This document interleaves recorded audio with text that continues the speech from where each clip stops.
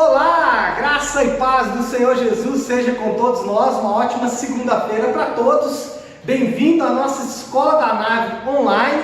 Você está na nossa sala de aula virtual e é um grande prazer receber cada um de vocês. Boa noite aqui os meus queridos alunos que estão no Zoom também, meus alunos que estão aqui presenciais, que não me deixam, né? Toda segunda-feira estão firmes e fortes aqui, Léo, Paulinha e Davi também. Deus abençoe, sejam muito bem-vindos vocês que estão aí também no YouTube, na plataforma EAD, e Deus abençoe também. Nós estamos na célula Estufa com a matéria Discipulado. Hoje nós já vamos para a nossa quinta aula de 14 que estão previstas aí para esse nosso segundo semestre. Bom, já de imediato, deixa eu compartilhar com vocês a nossa tela aqui, para vocês já acompanharem o nosso PowerPoint. Se alguém tiver algum problema, Paulinha está aí no Zoom, então vocês podem comunicar com ela aí até inclusive pelo chat, tá bom? Tá dando para ver aí o compartilhamento da tela, Paulinha? Sim. Tá ótimo, né? Então vamos lá. Bom, pessoal, antes de nós entrarmos efetivamente no assunto de hoje, eu quero dar uma espécie de repassada geral aqui em tudo que nós já vimos até agora. Uma espécie de resumão aí para situar, inclusive para a gente poder pensar no assunto de hoje de forma mais clara. Diante de tudo que nós já vimos até agora, das várias e robustas evidências bíblicas, está muito claro para todos nós que todo discípulo de Cristo, todo discípulo do Senhor Jesus, ele deve trabalhar no sentido de gerar outro discípulo. Isso ficou claro nas leituras que já fizemos, nos textos que já lemos e nas provas que nós já mostramos aí em todo o nosso ensinamento. E isso também era prática muito comum na chamada igreja primitiva. A igreja antiga, ou a igreja do primeiro século, ela praticava esse discipulado feito, homem a homem, esse discipulado feito pessoa a pessoa. Além disso, nós vimos também que esse discipulado, ele acompanhava o chamado modelo do Antigo Testamento, ou seja, era praticado na forma de paternidade. Tanto no Antigo Testamento como no Novo Testamento, o que nós vamos perceber é que a geração desse discípulo era feita numa espécie de paternidade, aonde o discipulador ele se tornava modelo, referência e inspiração para o seu discípulo, para os novos crentes que estavam ingressando na igreja. Além disso, ele era também orgânico, ou seja, acontecia de forma espontânea, ele era ativo no sentido de que havia uma ação, tanto do discipulador como do discípulo, ele era intencional, e quando nós falamos de intencional, é porque ele obedecia a um sistema, e obedecia isso de forma pragmática, ou seja, ele seguia os passos que estavam sendo propostos, e ele era relacional, ou seja, ele acontecia no ambiente dos relacionamentos. E ele abarcava as áreas do discípulo, pelo menos 3 áreas do discípulo, de forma simultânea. Ele não pensava, por exemplo, só na vida espiritual do discípulo, mas ele pensava também na vida pessoal e na vida relacional daquele discípulo. Outra coisa que nós aprendemos, tanto nas dos vários textos bíblicos que já lemos, e também estudando a história da igreja primitiva, é que essa igreja deixou um legado muito importante para todos nós. Essa igreja antiga, especialmente chamada igreja de Atos, e a igreja dos primeiros 4 séculos, ela era formada, ou ela tinha uma constituição que era ao mesmo tempo um organismo e uma organização. No nosso caso, nós estamos usando aqui a descrição que os autores Colin Marshall e Tony Payne deram no seu livro A Treliça e a Videira, exatamente ligando a treliça à organização e a videira ao organismo vivo. Então o que nós percebemos em Atos e na igreja primitiva é que ela funcionava exatamente nesses 2 aspectos. Por um lado, ela era um organismo, ou seja, ela crescia de forma orgânica, crescia de forma espontânea, mas não deixava de ser uma organização. E isso já nos seus primeiros dias de vida, já essa igreja precisou se organizar, e aí a gente vai ver isso de forma muito clara em Atos 6, quando eles organizam ali a distribuição para as viúvas. Mas temos outros exemplos, por exemplo, em Atos 15, quando acontece o primeiro concílio da igreja, né, para discutir o judaísmo dentro da igreja, e já ali nós percebemos uma organização, se não financeira, mas pelo menos no sentido de liderança. Porém, o que nós aprendemos também, reconhecemos sim que a igreja ela é uma mistura de organismo e organização, mas também entendemos que o trabalho principal, a tarefa principal de toda a igreja é a edificação da videira, ou seja, a edificação do organismo. E aí a gente comprova isso no que Deus está fazendo no mundo, que foi o que nós vimos a semana passada. Nós vimos que Deus ele tem um plano no mundo, um plano redentivo, esse plano que já está estabelecido desde as eras eternas. Esse plano passa de forma muito clara para a edificação, para a construção de um povo, e não de uma instituição que tenha CNPJ ou endereço fixo. De fato, a igreja existe como endereço, como CNPJ, mas o plano de Deus é a edificação de um povo que, debaixo das suas asas ou debaixo da sua liderança, ele vai conduzir esse povo até a consumação de todas as coisas. A questão agora tem uma tendência a complicar quando pensamos em como transformar esses conceitos em ações práticas. Então, beleza, nós estabelecemos aqui vários conceitos. Primeiro, que todo discípulo gera um discípulo. Segundo, que a igreja ela existe como organismo, como organização treliça e videira, mas que o plano central de Deus é a edificação da videira, né? E a treliça funciona como um acessório, como uma estrutura para a edificação da videira. Só que quando a gente olha para as nossas igrejas, a gente tem dificuldade de perceber isso funcionando na prática. Normalmente nós vamos ver de forma muito efetiva a treliça crescendo, a organização crescendo. Então, como fazer para adaptar ou para obedecer, né, os vários mandamentos de Deus no sentido da edificação de uma videira? Bom, aí nós pensamos aí, tem várias propostas nesse sentido, citamos algumas na semana passada, dentre elas, né, citamos de um pastor que eu gosto bastante, que é do pastor Luciano Subirá, que ele disse, ele propõe 3 ações para poder atender as demandas da igreja, ou para que a igreja atenda as demandas bíblicas de um bom funcionamento. E ele vai falar, né, a Deus, aos santos e ao mundo, ou seja, adoração a Deus, assistência aos santos e edificação ou testemunho ao mundo. Nós, como Igreja Nave, usamos o conceito proposto por Tim Keller no livro Igreja Centrada, que são 4 frentes ministeriais, que é a adoração, comunidade, misericórdia e justiça, ou cultura, também se encaixa bem nessa questão aí de justiça. O que queremos dizer com isso? Adoração, estamos apegando ao culto, às celebrações de culto, de adoração a Deus.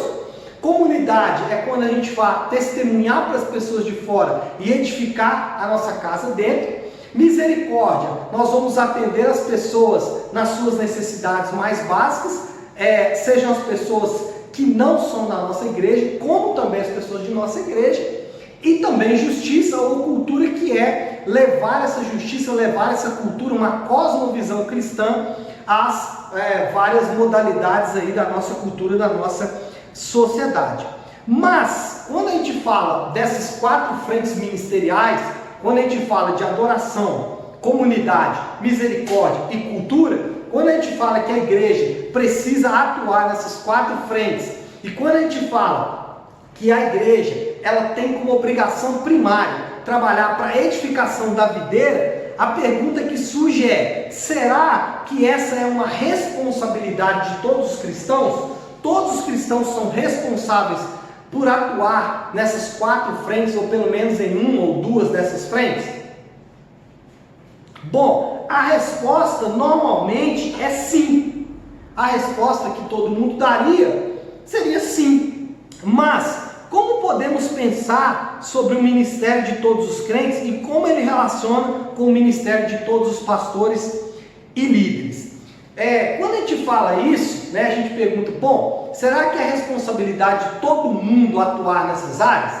Nós vamos pensar que sim, e vamos responder que sim. Mas de fato o que a gente vê, quando a gente olha para a atuação dos ministérios, a gente percebe que a coisa não funciona desta forma. Por quê? Porque nós temos uma inclinação natural, e aí eu vou me incluir nesse processo. Nós temos uma inclinação natural de pensar que é obrigação do pastor, ou que o trabalho que o pastor tem é nutrir, cuidar e fazer a videira crescer. E a principal contribuição do restante dos irmãos da igreja é apoiar o pastor nesse trabalho. Então, na nossa cabeça, nós falamos assim, não, é obrigação de todos os crentes ajudarem a edificar a videira. Mas inconscientemente, de forma natural, nós temos uma tendência a pensar que o trabalho do pastor é edificar a videira e que o restante dos membros, eles são apoiadores desse trabalho do pastor, mas que a obrigação central, a obrigação principal é do pastor. Mas será que é isso que a Bíblia diz? Será que é isso que a Bíblia preconiza? Bom, nosso objetivo hoje será analisar o que a Bíblia tem a dizer com relação ao papel de cada um da videira e tentar encontrar algumas aplicações práticas para o cumprimento do ideal bíblico. O que nós estamos querendo dizer aqui, irmãos? O que nós vamos propor hoje na nossa aula é analisar o que as Escrituras dizem com relação ao nosso trabalho como igreja, de forma geral, e tentar buscar, a partir de uma reflexão bíblica, qual é a verdadeira tarefa de cada um. E vocês vão perceber que é um pouco distante daquilo que nós pensamos normalmente. Como que nós pensamos? Que essa é uma tarefa do pastor e que os outros membros da igreja, eles trabalham no sentido de ajudar o pastor a edificar a videira, mas que a obrigação dele é edificar a videira. E aí, não importa se o pastor é tempo integral ou se ele é pastor voluntário. O ponto é que normalmente nós pensamos que a função do pastor é a função de edificar a videira, e que a função dos outros membros, sejam elas quais forem, é uma função de auxílio, de apoio. Bom, para estudar isso, né, analisar o que a Bíblia diz com relação a esse papel, encontrar algumas aplicações práticas, nós vamos abordar 3 pontos, que serão eles. A chamada é para todos, ou seja, aqui você já vai começar a perceber que nós vamos propor um novo pensamento, né? Vamos propor uma nova cultura, vamos propor um novo conceito, que é a chamada é para todos. Nós já temos falado sobre isso.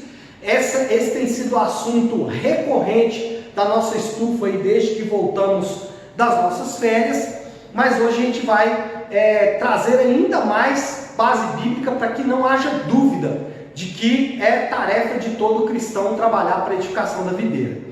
No segundo ponto, nós vamos dizer que todo cristão é um missionário, independente de qual campo de atuação que ele está. E no último ponto nós vamos falar que a função é da igreja, né? E igreja entre aspas, por quê? Porque aí nós não estamos falando de igreja como organização, mas sim como organismo. Bom, vamos então para o primeiro ponto. A chamada é para todos. Irmãos, de imediato nós temos que afirmar que Jesus, ele nunca teve 2 tipos de seguidores. Jesus, ele nunca chamou alguns para trabalhar e outros para apoiar. Jesus nunca dividiu o seu grupo em grupo A e grupo B. Esse grupo trabalha, esse grupo apoia. Jesus, ele chama, ou a grande comissão que ele dá, qual que é a grande comissão? Vocês vão se lembrar, Mateus 28, 19. Ide por todo mundo, pregar o evangelho a toda criatura, ensinando-os a guardar. Então, essa grande comissão, ele deu para todos os seus discípulos. Inclusive, nós já estudamos sobre isso, né? E aí a contribuição do grande William Carey, né? Inclusive, essa grande comissão é para os discípulos atuais. Ou seja, era chamado, era vocação, era ordenança de Jesus que todos os seus discípulos fizessem outros discípulos. Ou, nas palavras, né, de Marshall e Penny, ser discípulo é ser um fazedor de discípulos. Então veja bem, a afirmação de Marshall e Penn no Treliça Videira é muito contundente. Ele está dizendo que ser discípulo de Jesus não é frequentar uma igreja. Ele está dizendo que ser discípulo de Jesus não é orar ou ler a Bíblia. Ele está dizendo que ser discípulo de Jesus não é simplesmente fazer um curso, frequentar uma célula, nada disso. Ele está dizendo que ser discípulo de Jesus é fazer outros discípulos. E ele está afirmando isso com base em textos bíblicos. E eu tenho uma tendência a concordar com ele, e eu quero inclusive chamar aqui um outro participante que eu gosto bastante, que estava meio sumido das nossas aulas, que é o Mark Dever. O Mark Dever, ele diz o seguinte, abre aspas aí para o Dever: o ato de discipular é fundamental para o cristianismo. Olha que afirmação forte deste homem. O ato de discipular é fundamental para o cristianismo. Como isto não poderia ser mais claro? Ele pergunta. Se não trabalhamos para fazer discípulos, é possível que não sejamos discípulos dele. Olha como o Dever, ele acrescenta alguns fatores à afirmação de Marshall Penn. Ele diz o seguinte, que o ato de discipular é pedra, é base, é fundamento do cristianismo. E a forma de deixar isso claro é dizer o seguinte: se você não trabalha para fazer discípulo, talvez você sequer seja discípulo. Ele está afirmando o seguinte: se você não trabalha no sentido de fazer discípulos, provavelmente você não é discípulo. Olha só o peso, o valor, né? Olha só a pancada, literalmente, que o Mark Dever está dando. Tem algum problema aí? Então, essa afirmação do Mark Dever, ela é muito forte. Por quê? Porque ela vai simplesmente condicionar o fato de sermos discípulos ao ato de fazermos discípulos. E analisando os textos que nós já analisamos até agora, nós temos que concordar com o Mark Dever. Se ser discípulo, preste atenção, se ser discípulo é seguir os passos do mestre, ou seguir os passos de um mestre, no próprio escopo, ou na própria construção da palavra discípulo, está inserido o fato de que ser discípulo é imitar o mestre, é fazer ou seguir os passos de um mestre, e um mestre que vai se apresentar como modelo, inspiração e referência. Se Jesus fez discípulos, a agenda básica de todo discípulo deve ser a mesma. Irmãos, o radicalismo dessa afirmação, o peso dessa afirmação e o quanto essa afirmação é contundente e ela é transformadora, parece estar muito distante. Quando olhamos essa afirmação e quando olhamos os crentes modernos, nós vamos perceber que existe uma distância muito grande em relação ao que os discípulos modernos e os púlpitos modernos ensinam com relação àquilo que a palavra de Deus ensina. Nos púlpitos modernos e na cabeça dos crentes modernos, eles estão ali na igreja para obter algo de bom ali daquela comunidade. Então, os púlpitos pregam no sentido de gerar pessoas que vão trazer coisas para a igreja, seja recursos financeiros ou recursos materiais e humanos, e as pessoas que estão assentadas nas cadeiras, sendo alimentadas pela mensagem que existe ali, que sai daqueles púlpitos, que está interessado apenas no que aquelas pessoas vão trazer, elas também querem receber apenas o que aqueles púlpitos estão falando. Então, quando você olha para o modelo bíblico e quando você olha para o modelo atual, você percebe que existe uma distância muito, muito grande. E a pergunta que eu faço é: será que alguém que nos observa de fora, será que as pessoas do mundo que estão olhando para mim e para você, eles podem afirmar: ali está um cristão que renunciou a sua vida para seguir Cristo? Será que as pessoas podem olhar para você, podem olhar para a igreja atual e afirmar que essas pessoas que dizem defender a fé cristã, elas de fato abandonaram toda a sua vida e agora estão seguindo Cristo? Mesmo que fosse em tom pejorativo. Por quê? Porque a palavra cristão, ela surgiu numa forma de zombaria. A palavra cristão, ela surgiu uma forma de menosprezar os crentes da época. Mas o que aqueles homens estavam dizendo era que era uma seita de pessoas. Olha que interessante. As pessoas de fora que olhavam o cristianismo enxergavam o cristianismo como uma seita do judaísmo, onde aqueles irmãos eram radicais e haviam abandonado tudo pelo seu mestre, pelo seu discipulador. Nós podemos observar isso nos irmãos dos dias de hoje? Nós podemos observar isso dentro da nossa própria igreja?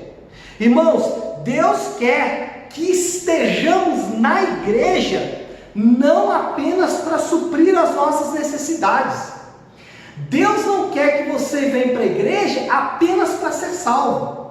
Deus não quer que você venha para a igreja para que você melhore a sua vida, seja salvo e um dia vá morar no céu. Mas o que Deus quer é nos preparar para sermos estimulados e desafiados a cuidar de pessoas e fazer discípulos. Ou seja, o objetivo de Deus não é trazer você para cá para amenizar a dor do seu coração, para entregar uma promessa para você que um dia você vai morar no céu. Não, você vem à igreja, você é parte de uma comunidade da fé, você é parte de uma comunidade da cruz, de uma igreja local, exatamente para você ser preparado para fazer outros discípulos, para você ser desafiado a entrar na cultura e não se afastar da cultura. Você vai ser desafiado a levar uma nova linguagem, uma nova abordagem com relação ao mundo. Então, por isso é que nós frequentamos uma igreja. O Mark Dever, ele faz uma ilustração, ou ele ilustra isso que eu acabei de dizer, com uma precisão incrível, mas também com um toque, ou com um tom muito sério de humor. Olha só o que o Mark Dever diz. Abre aspas aí para o Dever. Se você nunca viu os porcos se aproximando de um coxo na hora da comida, talvez não consiga imaginar a cena. Eles se empurram, se atropelam e grunhem.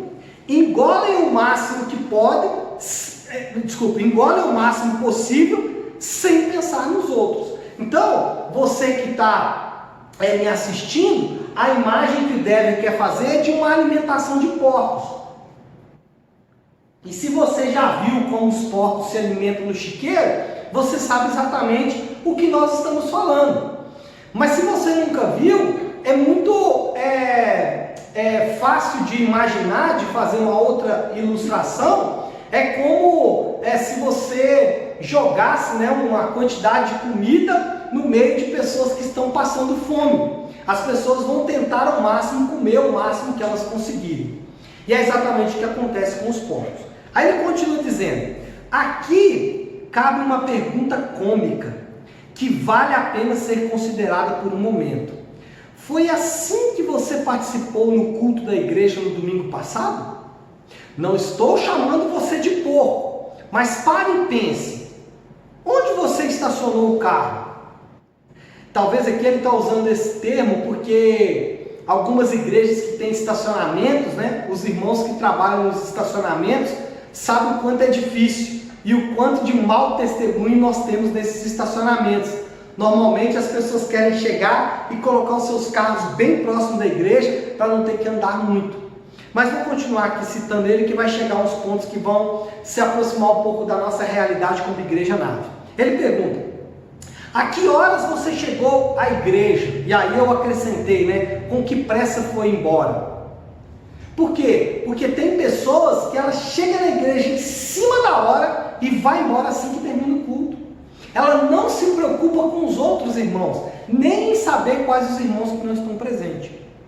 Aí ele continua dizendo, com quem e com quantos você falou? Será que você falou só com pessoas que são atraentes e sofisticadas? Ou você falou com aquela pessoa que acabou de chegar na igreja? É impressionante como nós não prestamos atenção nas pessoas que estão chegando na igreja. Eu vou dar um exemplo para vocês. Tem um rapaz que está vindo na igreja já há 3 semanas seguidas. E eu não vejo ninguém conversando com ele. Pode ser que alguém até o cumprimente, mas eu não vejo ninguém chegando e abordando ele, conversando, nem que seja coisas triviais.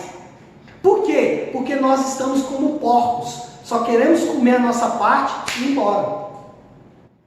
Aí ele continua dizendo, aí ele diz, né, e faz uma conclusão agora: cada uma destas e outras decisões que a gente não citou aqui, lhe deu uma oportunidade. Olha só o que ele vai falar. Cada uma destas decisões lhe deu uma oportunidade de se entregar ao bem alheio e assim unir-se à obra de Cristo, e lhe deu a chance de cuidar de você mesmo e fazer o que é melhor para você.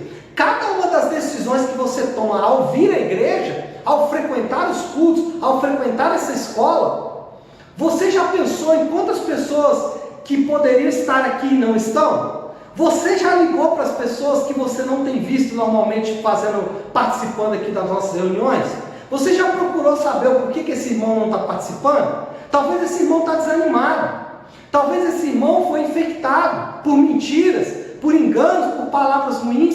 Ontem eu ouvi de uma pessoa que ela quase se desviou da igreja porque ela ficou ouvindo pessoas que estavam falando mal da igreja. Então, qual é a pergunta que eu faço? Será que você cuida só de você mesmo como um porco que quer comer uma comida? E eu não estou chamando você de porco, eu estou usando uma ilustração simplesmente para a gente poder pensar um pouco, e eu estou tentando ser bem agressivo nessa ilustração para nunca mais sair da sua cabeça? Será que você está querendo só se alimentar, gruindo, empurrando as pessoas, tentando receber o seu tipo de alimento e depois ir embora? Ou, como o Mark Dever vai falar aqui no final da sua fala, ele diz o seguinte: você estabeleceu estratégias de forma consciente para abençoar outras pessoas com cada uma dessas decisões? Ou seja, ao sair da sua casa no domingo de manhã, você pensou: eu vou chegar um pouco mais cedo porque eu quero recepcionar as pessoas da igreja. Eu vou chegar um pouco mais cedo porque eu quero ajudar na colocação das cadeiras. Eu vou chegar um pouco mais cedo porque eu quero orar com aquele meu irmão que está sumido da igreja. Quando acabar o culto, eu não vou embora rapidamente, eu vou ficar um pouco mais, para ver as pessoas que não foram ao culto e de repente já ligar para elas aqui da igreja mesmo. Você pensa ou estabelece estratégias de forma consciente para abençoar outras pessoas? É a pergunta do Mark Dever.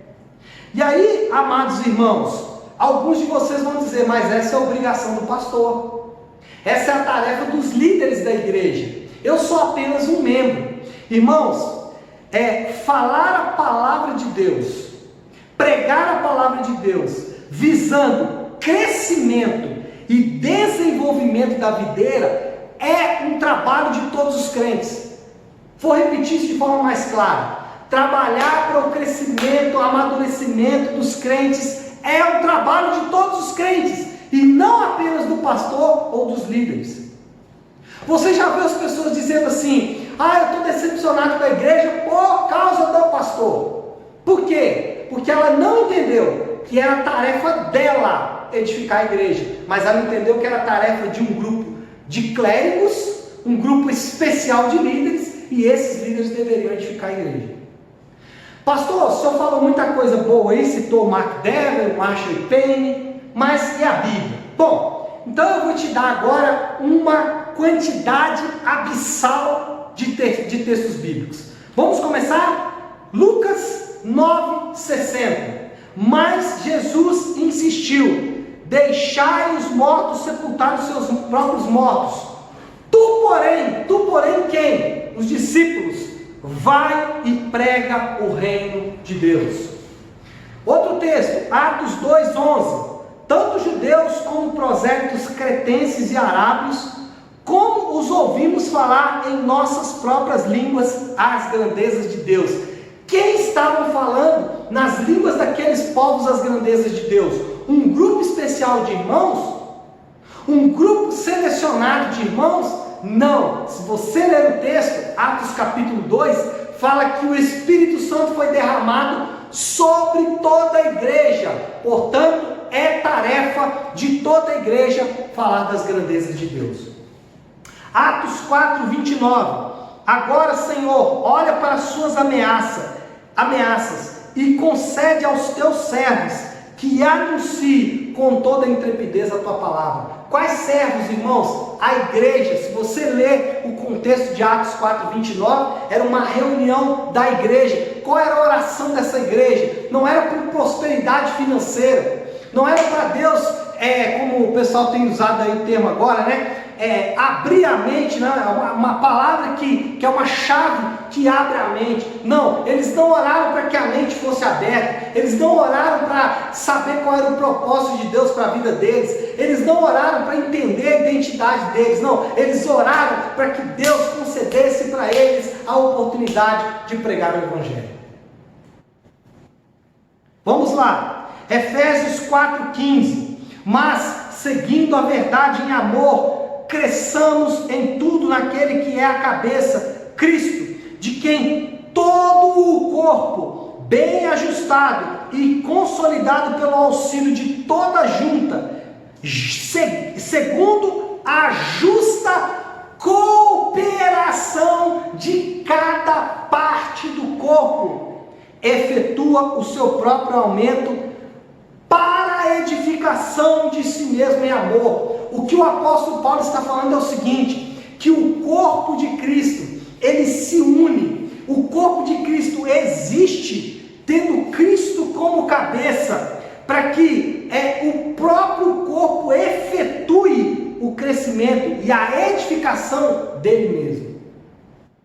Ou seja, todas as partes do corpo por igual são responsáveis pela edificação do corpo. O pé é responsável pela edificação do corpo, a mão é responsável pela edificação do corpo, toda parte do corpo é responsável pela edificação do corpo. Efésios 5,18. E não vos embriagueis com vinho ou com a dissolução, mas enchei-vos do Espírito, falando entre vós com salmos, entoando e louvando de coração ao Senhor com hinos e cânticos espirituais. Qual é a instrução do apóstolo mais uma vez? Que entre nós possamos, cada um de acordo com o seu dom, falar com salmos, entoar louvores, hinos e cânticos espirituais para a edificação da igreja. Colossenses 3,16. Habite ricamente em vós a palavra de Cristo, instruí-vos e aconselhai-vos mutuamente. Olha só como o apóstolo Paulo aqui, ele é direto. Instruir e aconselhai-vos mutuamente. Ele continua dizendo, em toda sabedoria, louvando a Deus com salmos, hinos e cânticos espirituais, com gratidão em vosso coração. Mas o ponto aqui é dizendo, instruí-vos e aconselhai-vos mutuamente. Romanos 15,14. Estou certo, meus irmãos, sim, eu mesmo, a vosso respeito, de que estáis possuídos de bondade, cheios de todo conhecimento, aptos para admoestar-vos uns aos outros. O que Paulo está falando? Que a igreja está apta, que a igreja está pronta, toda cheia de conhecimento, cheia de bondade e apta para admoestar uns aos outros. Mostrando que a tarefa não é de um grupo seleto, um grupo especial de irmãos. Hebreus 3,12 diz assim: tende cuidado, irmãos, jamais aconteça haver em qualquer um de vós perverso coração de incredulidade que vos afaste do Deus vivo. Pelo contrário, olha, exortai-vos mutuamente cada dia, durante o tempo que se chama hoje, a fim de que nenhum de vós seja endurecido pelo engano do pecado. O que o escritor de Hebreus está dizendo? Que nós, cada crente, deve exortar mutuamente um ao outro, para que não caia no engano do pecado. E o que normalmente a gente vê é exatamente o contrário. A gente vê um irmão pecando, a gente vê um irmão numa atitude complicada, não, mas a gente tem que respeitar o momento dele, ele está num momento difícil. Não, irmãos, a nossa tarefa é exortar. E olha, o escritor aqui de Hebreus está dizendo, exortai-vos mutuamente cada dia. Ele não está dizendo que um grupo seleto de irmãos deve fazer isso. Agora Hebreus 10, 24, consideremos-nos também uns aos outros. Consideremos-nos também uns aos outros, para nos estimular ao amor e às boas obras. Olha que interessante, considere também uns aos outros. Ele não está falando para a liderança, ele não está falando para um grupo seleto de irmãos, ele está falando para toda a igreja, para nos estimularmos ao amor e às boas obras. Versículo 25, não deixemos de congregarmos, como é costume de alguns, antes façamos admoestações, advertências, e tanto mais quando vês que o dia se aproxima. O que ele está falando? Advirta, porque o Jesus está voltando, e tem irmãos que deixam de congregar, que deixam de participar do culto, e vocês não estão fazendo nada, é o que ele está dizendo. E em grande medida, nós estamos imitando essa prática ruim. Irmãos que deixam de congregar e nós não estamos preocupados com a saúde espiritual destes irmãos. Ou então, em alguma medida, estamos deixando para a liderança da igreja, para os pastores resolver. Só que não é isso que a Bíblia diz. Não pense você que você vai escapar. Não pense você que o sangue de alguns irmãos será cobrado de você. Não pense você que vai cair o peso só sobre o pastor. Porque não é isso que a Bíblia diz.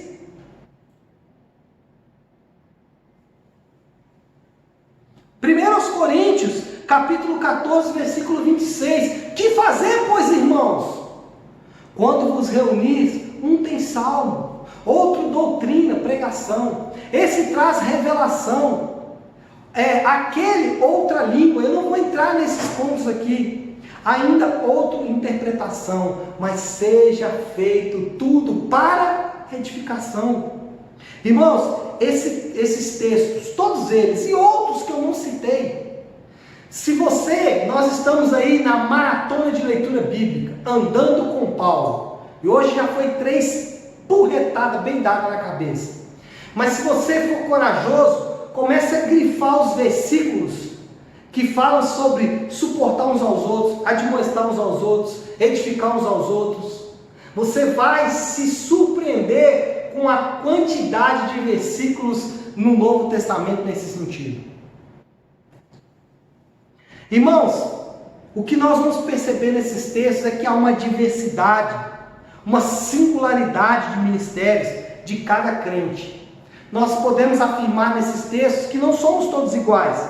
Cada um tem o seu próprio dom, dado pelo Espírito Santo para servir a comunidade. Porém, todos os irmãos devem buscar o mesmo alvo: edificar a igreja.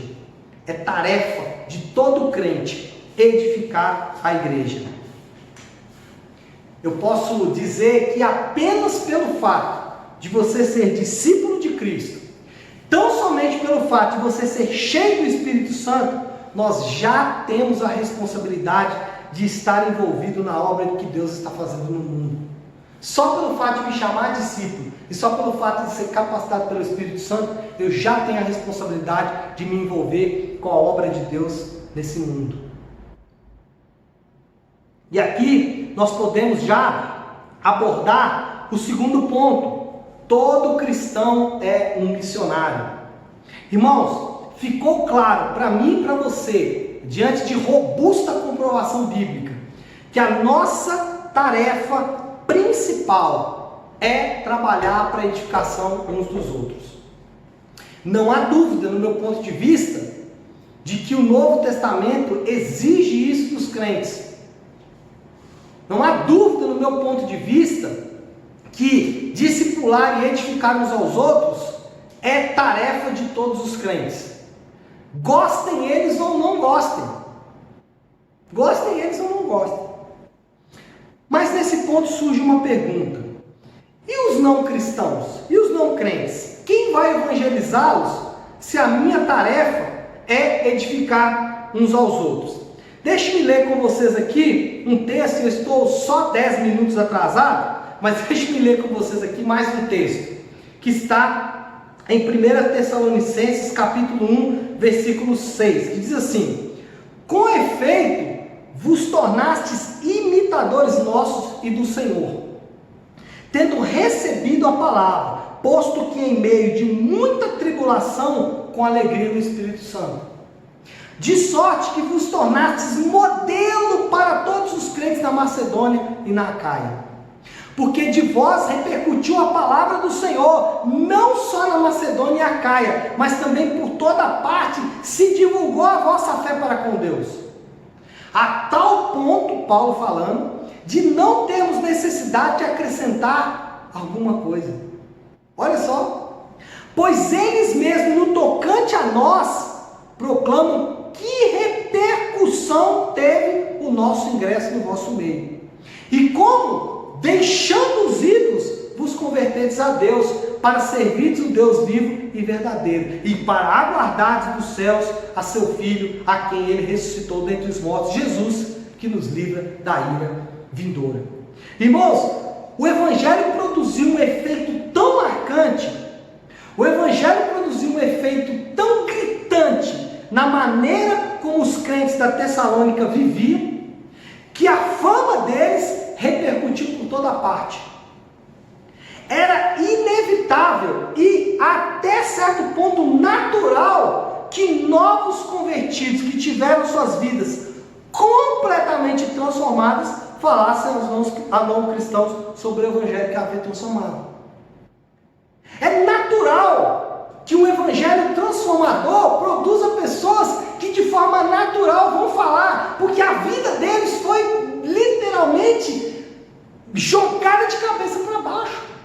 O que Paulo está dizendo aqui para esses irmãos de Tessalônica é: vocês são naturalmente missionários, vocês são naturalmente proclamadores do Evangelho. Por tudo que Deus fez na vida de vocês, de forma natural vocês pregam com tudo que aconteceu na vida de vocês. Irmãos, o cristão que não tem o desejo de pregar o Evangelho é uma, nas palavras de Marshall Penny, anomalia. Um cristão que não queima o coração para pregar a mensagem do Evangelho, ele está com defeito de fábrica. E se nós sabemos que Deus não erra, provavelmente você vem de uma fábrica estranha.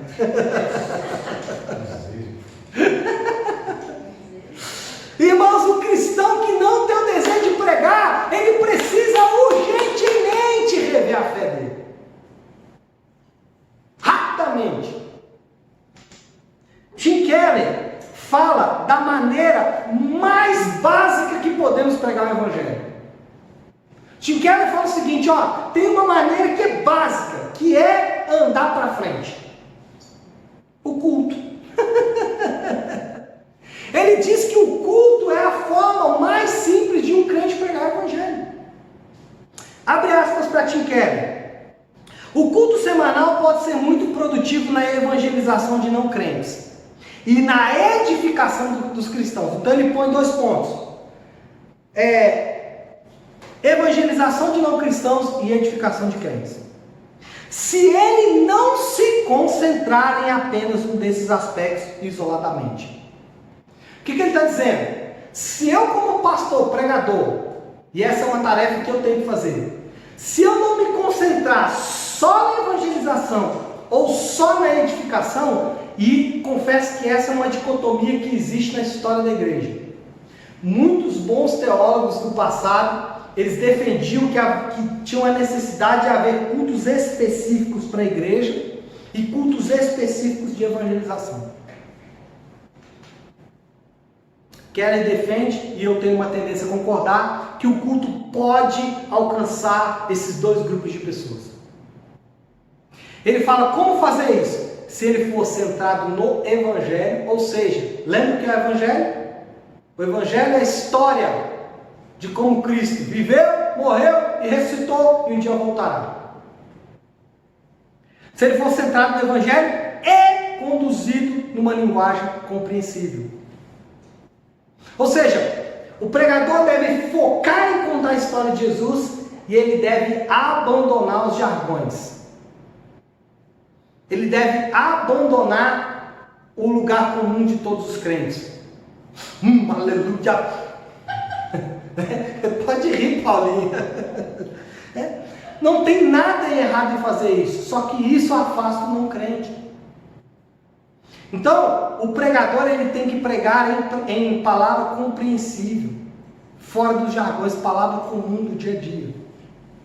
Bom, o Keller ele propõe 3 atividades práticas que ajudam a igreja a desenvolver cultos evangelísticos. Primeiro, tornar o culto compreensível aos visitantes. O que é tornar o culto compreensível aos visitantes?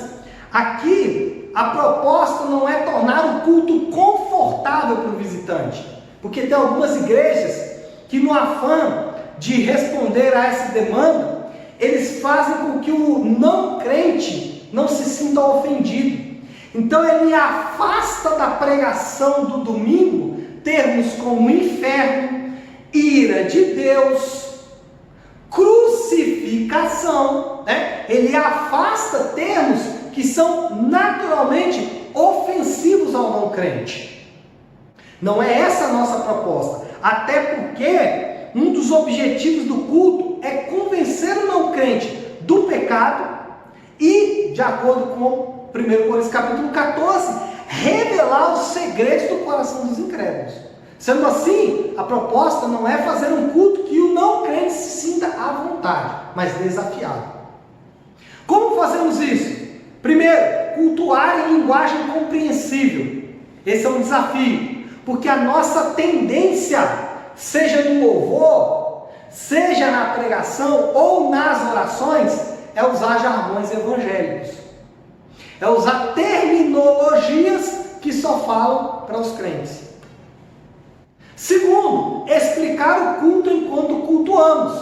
E aqui eu confesso que ainda nós estamos distante um pouco. Nós já melhoramos a nossa liturgia, mas nós não explicamos para o não crente o que está acontecendo ali. Eu não sei se você já foi em uma missa.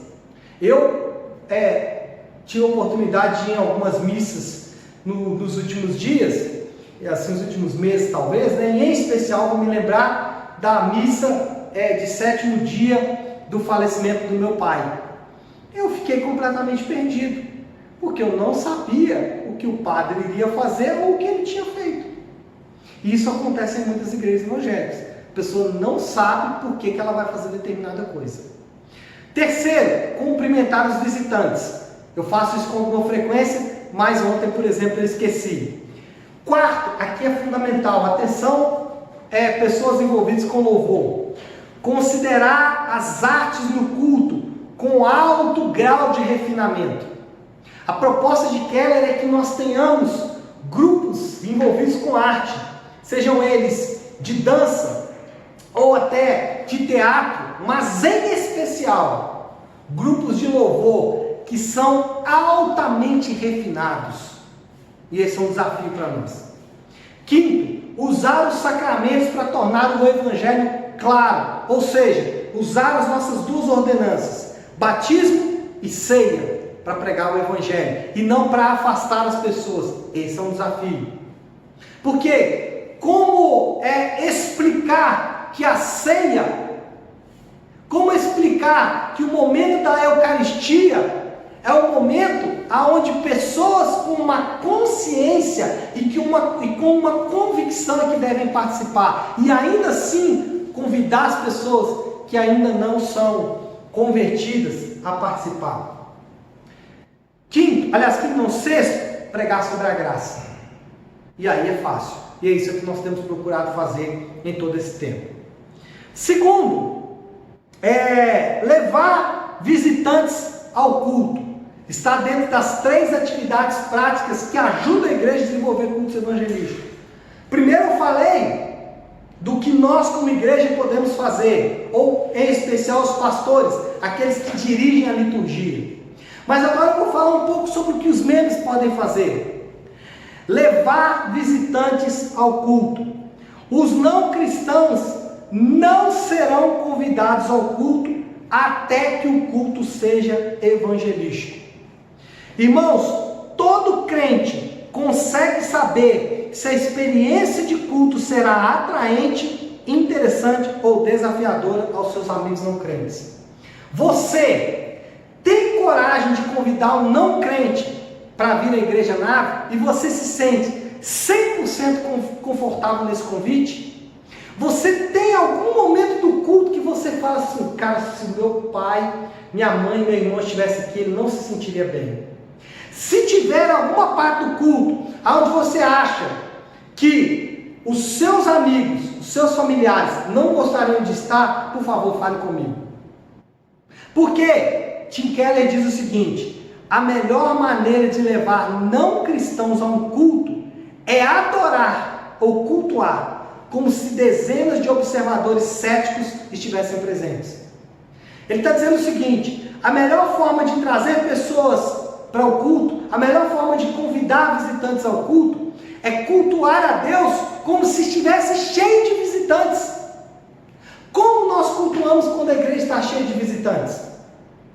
Então é só a gente fazer isso como se fosse natural. Em fazendo assim, as pessoas se sentirão mais confortáveis em trazer os seus amigos não crentes à igreja. E volto a dizer, isso não significa transformar o culto em um lugar confortável para o não crente, mas sim transformar o culto em um lugar onde o não crente poderá encontrar as respostas que ele está buscando. Ou, como o próprio texto diz, o texto bíblico diz, onde será revelado os segredos do coração do não crente. Terceiro, levar pessoas a um comprometimento. Faz parte de atividades práticas que ajudam a igreja a desenvolver cultos evangelísticos.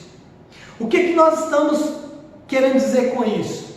É que nós criamos um ambiente seguro, onde o não crente pode saber exatamente como ele cresce na fé e como ele caminha em nossa comunidade. Qual é a proposta? A proposta é que o não crente ele vem hoje e ele já sabe qual é o próximo passo que ele tem que dar na próxima semana. Ele não fica perdido se na próxima semana ele tem que vir ao culto ou ir a uma célula, aonde quer que seja. Por isso que nós colocamos aqui de forma muito visível o ambiente seguro, para que o não crente ao chegar, ele já entenda que ali existe um processo. Talvez aquilo não está tão claro para ele.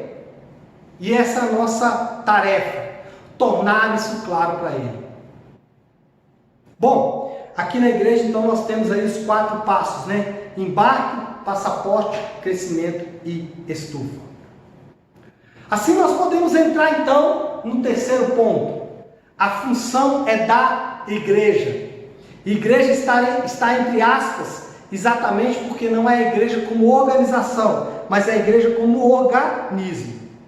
O que percebemos é que o cristão é um discípulo de Cristo. E como um discípulo de Cristo, ele é comunicador da palavra de Deus em inúmeros contextos e de maneiras variadas. O que queremos dizer aqui é que o crente ele está envolvido em vários cenários e em vários contextos onde ele pode pregar o evangelho. Por exemplo, ele pode pregar num ambiente de reunião, num ambiente de célula, num ambiente de culto. Ele pode pregar o evangelho. Mas ele também pode pregar no dia a dia, quando ele fala em amor para as pessoas, quando ele exorta as pessoas a manterem-se firmes, quando ele exorta as pessoas a considerarem a fé cristã. Ou seja, a igreja funciona como igreja em uma reunião, mas ela funciona como igreja também no dia a dia. Ou também acontece nas famílias, quando um pai educa o filho de acordo com a palavra de Deus. Quando um pai, ao corrigir o seu filho, quando um pai, ao exortar o seu filho, quando um pai tem que disciplinar o seu filho, ele usa a palavra de Deus como modelo, como referência, como motivo pelo qual o seu filho está sendo disciplinado. Eu dei aqui 3 exemplos. Reunião da igreja, no dia a dia em conversas com irmãos, com amigos e também na sua convivência familiar. Agora, nós podemos pensar isso de forma mais sistemática. Nós podemos pensar isso de forma mais pragmática. Nós podemos propor aqui ações onde você, como igreja, pode pregar o Evangelho.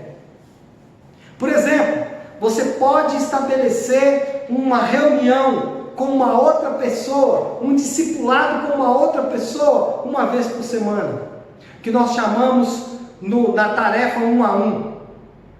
Seu vizinho, o seu amigo, aquela pessoa que está com problema no casamento, você pode propor: olha, nós vamos encontrar uma vez por semana, aonde nós vamos orar juntos, aonde nós vamos meditar na palavra de Deus juntos. Isso é cuidar uns dos outros, edificar uns aos outros. Você pode, num contexto de igreja, sabendo que tem um irmão seu que está enfraquecido na fé, você pode fortalecer esse irmão no discipulado 1 a 1, no tete a tete. Ou você pode fazer isso formando pequenos grupos no modelo Casa de Paz ou no modelo de célula. Esse é um modelo que eu gosto bastante e que eu não sei porquê ele não decolou em nossa igreja. Até porque nossa igreja ela foi formada a partir de células.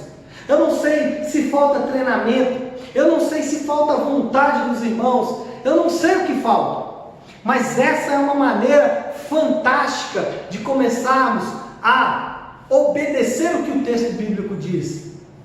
Comece uma célula na sua casa, chame os seus vizinhos, chame os seus amigos, faça uma casa de paz, proponha 8 encontros semanais. Nós temos aqui a célula do Flutuando, que já vai para quase 1 ano.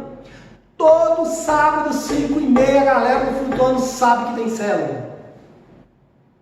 Alguns vêm e vão, mas o núcleo central está ali. Ou nos nossos ministérios e eventos de igreja, também nós podemos pregar o Evangelho.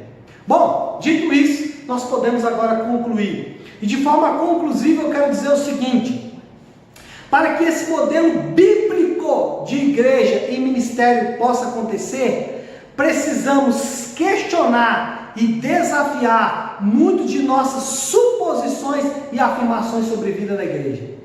Se nós continuarmos com a ideia do mesmo modelo de igreja que nós tínhamos anteriormente, nós não vamos atender o princípio bíblico sobre a igreja. Nós vamos continuar pecando.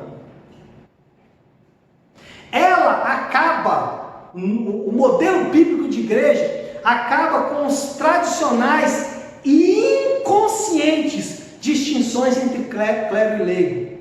Muitos de nós, inclusive muitos pastores, eu às vezes eu me pego pensando assim: é minha obrigação edificar a igreja, é minha obrigação correr atrás de cada membro que está afastado. E ao fazer isso, eu como pastor estou de alguma forma reverberando, ou reproduzindo, ou remontando um modelo de igreja que é antibíblico. Então qual deve ser a sua ação, pastor? Deve ser uma ação de treinamento, deve ser uma ação de desafio. Léo, por que você não liga para o fulano de tal? Você percebeu que ele está sumido da igreja? Paulinha, você já montou uma estratégia de discipulado para sua cunhada que está vindo à igreja? Estou pegando os dois aqui porque eles estão presentes, né? Davi, você tem feito alguma coisa, além das coisas que você já faz, para edificar os jovens da igreja, ou as pessoas do louvor, ou a escola no qual você é professor? Você já pensou de forma sistemática no que você pode fazer para edificar os irmãos, além de só dar aula, além de só tocar no louvor, ou de participar da célula? Pastor Léo, você tem treinado e desafiado os seus líderes para que eles possam fazer? Muitos de nós, inclusive os pastores, imaginam que o trabalho do pastor consiste em edificar a igreja e o trabalho dos membros em ajudar os pastores, envolvendo em algum ministério ou função. Essa é a minha cabeça. Eu confesso para vocês que eu tenho sido desafiado a mudar isso, porque na minha cabeça é minha obrigação fazer isso, e vocês têm a obrigação de me ajudar, e de fato não é isso que a Bíblia diz. Continuamos aqui. A visão neotestamentária de igreja. A visão neotestamentária de igreja e ministério é muito diferente disso. No Novo Testamento, os pastores e presbíteros têm a tarefa de equipar os membros da igreja para que eles mesmos possam fazer a obra do ministério. A tarefa dos presbíteros neotestamentários, basta olhar para o presbítero principal do Novo Testamento, Paulo. Qual era a tarefa principal de Paulo?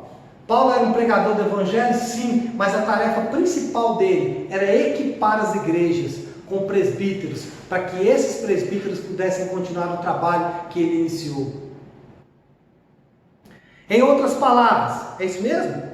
Em outras palavras, todos devem estar engajados na obra do Senhor e fazer a sua parte, contribuindo para que a videira cresça por meio do testemunho, da pregação e da proclamação da palavra, exortando e edificando uns aos outros.